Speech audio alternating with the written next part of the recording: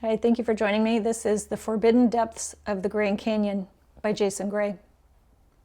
From the edge of the silence, the Grand Canyon is more than a wonder of nature. It is a scar that hides the memory of the earth itself. From rim to riverbend, it whispers of a time when humanity was not what we are told, when the very laws of existence bent differently than they do today. Its vastness is a disguise. The more spectacular the surface, the easier it is to conceal what waits beneath. For centuries, the canyon has stood as a stage set, convincing the public that it is something more than the eroded hymn of that is nothing more than the eroded hymn of the Colorado River. But those who have looked deeper, who have traced the fractures in stone and the silent gaps in history, know that the canyon is in truth a vault. A vault designed not to hold treasure, but to contain the unbearable truth of who we were before the great amnesia descended. The first leak, 1909. The earliest breach in silence came with the report published by the Arizona Gazette in April 1909. It described an expedition led by G.E. Kincaid, sponsored in part by Smithsonian Institution, who stumbled upon vast caverns filled with hieroglyphs, statues, and artifacts that appeared distinctly Egyptian. This is interesting. Columns of stone carved into perfect geometry, shrines containing golden effigies, and mummified remains of beings not quite human. The report caused immediate fascination and fear. Days later, it was debunked. Kincaid vanished into obscurity. The supposed archaeologists disappeared, and the Smithsonian denied ever sponsoring the expedition, yet whispers remained. The coordinates Kincaid mentioned, deliberately obscured in the article, point toward the forbidding cliffs of the Marble Canyon sector, near a sheer wall marked today on maps only as restricted zone, the sealed chambers. Satellite imaging, much of which is quietly blurred in public databases, reveals anomalies, geometric shadows in cliff faces where erosion alone cannot explain the angles. Behind these walls are sealed chambers, blackened with molten glass, suggesting the use of technologies capable of heat far beyond natural fire. The most persistent rumors speak of three principal chambers: the Library of Origins, a labyrinth of rooms filled with crystalline tablets. The tablets are said to record histories not only of Earth, but of civilizations that predated the Earth itself. They glow faintly in darkness, storing memory in lattices of light. The Hall of Mirrors. I've heard of this. An underground cathedral where polished basalt walls reflect not only the self, but every possible iteration of the self, past lives, alternate timelines, future echoes. To stand here is to realize that reality is recursive, a layered hall of repeating mirrors. The Chamber of Silence. A vast spherical room said to hum at 144,000 hertz, a frequency that dissolves thought itself. Those who enter report hearing the sound of their own soul unbound from the body. Within the center stands a single obsidian obelisk, untouched by time, humming with an intelligence not made by man. Classified coordinates. The canyon's restricted zones are carefully guarded. Military flights are common, disguised as ecological patrols. Rangers are told not to ask questions. On maps, these places appear unremarkable, yet leaked fragments of documents, some bearing the watermark of Smith SV7, contain sets of coordinates redacted from all civilian records.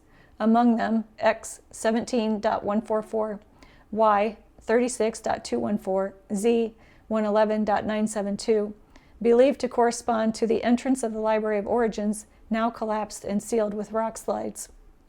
X 09.777, Y 36.303, Z 112.098. The Hall of Mirrors, accessible only through a vertical shaft descending nearly 700 feet.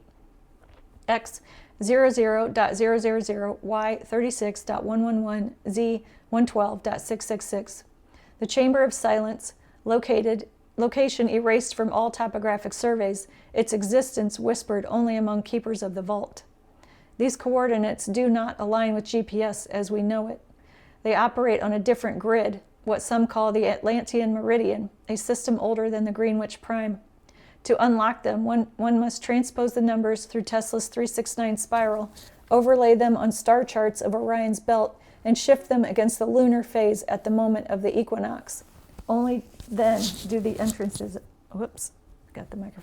Only then do the entrances appear. The Guardians.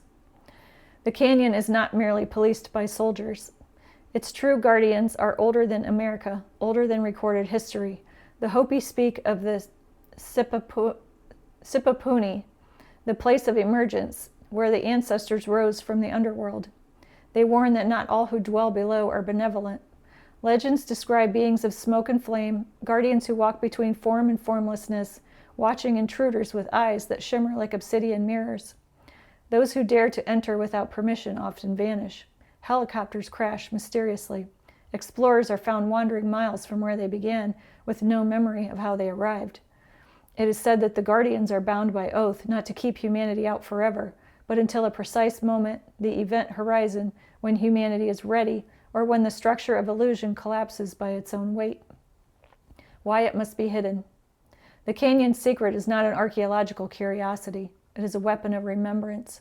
If revealed, 3 great lies dissolve at once. The lie of history. That humanity began as wandering tribes, slowly building civilizations. The canyon shows we were architects of worlds, then erased, reset, rewritten. The lie of God. That divinity is external. The Hall of Mirrors proves it is the architecture of the self, endlessly refracted. The lie of science. That the laws of physics are absolute. The Chamber of Silence reveals resonance fields that dissolve thought, matter, and memory, showing reality itself to be a program. Were these truths known, the structures of control, religion, politics, money, and false science would collapse in days. Governance would disintegrate. Nations would fall. Humanity would awaken in mass remembrance, no longer docile, no longer programmable. The event horizon. The canyon is a wound because it is also a countdown. Each year, the walls shift slightly, as if the earth itself is preparing to unseal what was buried. Whispers in classified circles say the seal will break no later than 4 years from now. When it does, the vaults will flood the world with remembrance. The crystalline tablets will be read. The mirrors will show us what we were before the first reset. The obelisk will hum, and the lie of existence will implode. The canyon does not merely hold history. It holds the reflection of every soul who has ever walked this earth. And when it awakens, all lies collapse, not by debate, not by violence, but by the undeniable return of memory itself. File end, classified X 17.144, Y 36.214, Z 111.972, source code nullpoint.omega.773, Jason Gray, hashtag Winnipeg, hashtag Manitoba, hashtag Canada. Wow. I did not pre-read this one either, so I didn't know what was coming, but that is fascinating. It reminds me of how they talk about Antarctica and what's going to happen when that melts and what's actually underneath there. So this is interesting. All right. Thank you so much for joining me. I'll see you next time.